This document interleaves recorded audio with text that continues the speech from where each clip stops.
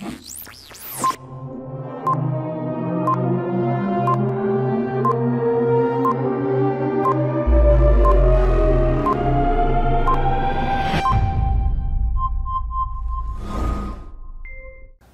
ce diplôme universitaire nous permet, nous, kinésithérapeutes, d'être nommés experts auprès d'une cour d'appel. Concernant mon activité associative ou plutôt syndicale, donc j'étais responsable des gardes ou plutôt le trésorier de SOS Kiné-Respi de la Manche. Donc c'est l'association qui gère les gardes de bronchiolite pendant l'hiver, de novembre à mars, avril, de novembre à avril plutôt, pour les gardes de kinésithérapie respiratoire pour les nourrissons.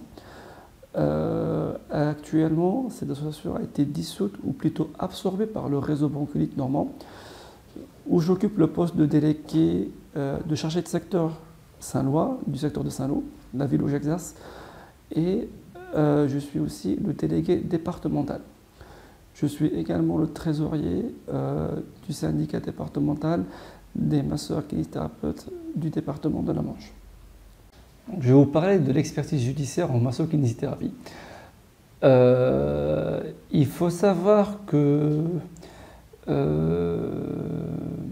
ne connais pas exactement les chiffres, mais en 2016, puisqu'aujourd'hui on est en début 2018, en 2016 en France, il y avait 40 kinésithérapeutes experts inscrits auprès des cours d'appel en France.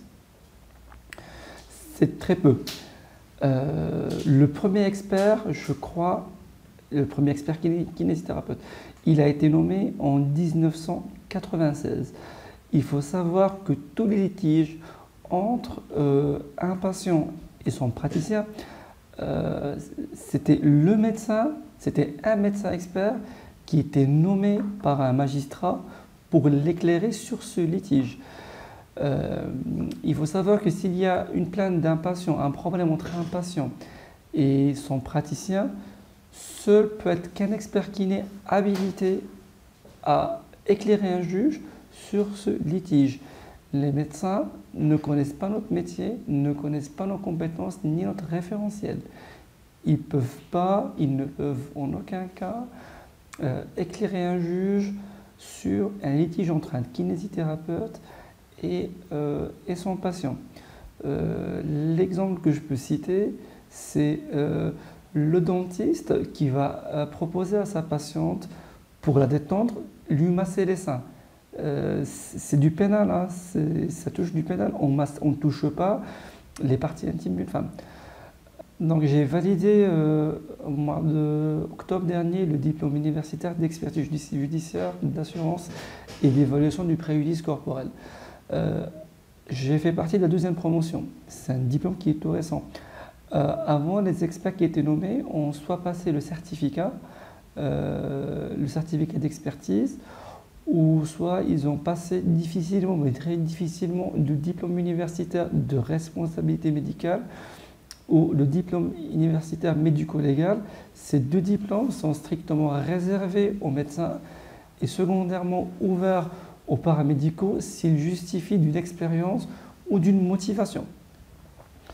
Depuis 2 ans, l'Institut catholique de Toulouse nous propose ce type de formation qui nous permettent d'être nommés auprès d'une cour d'appel. Il y a 2 semaines, j'ai envoyé mon dossier à la cour d'appel d'où je dépends pour être nommé expert de justice en fin 2018. Le rôle de l'expert est d'une part, comme je l'ai dit, résoudre des litiges ou être un arbitre, hein, tout simplement, un arbitre entre un patient et son praticien, être aussi un arbitre entre 2 praticiens, 2 kinésithérapeutes qui sont sous litige auprès du conseil d'un ordre, mais également évaluer le préjudice corporel. Pourquoi? Il faut savoir que le bilan qu'on fait, notre BDK, il permet d'évaluer les performances motrices d'un patient victime d'un accident de la route, d'un accident de travail ou d'un accident médical, d'un sinistre médical. Le BTK est l'outil de choix qui permet d'évaluer les performances motrices. On se base toujours sur la classification internationale du fonctionnement, la CIF, qui nous permet de rédiger notre BTK. Mieux est l'évaluation du préjudice corporel est précise et bonne, meilleure sera l'indemnisation par l'assurance.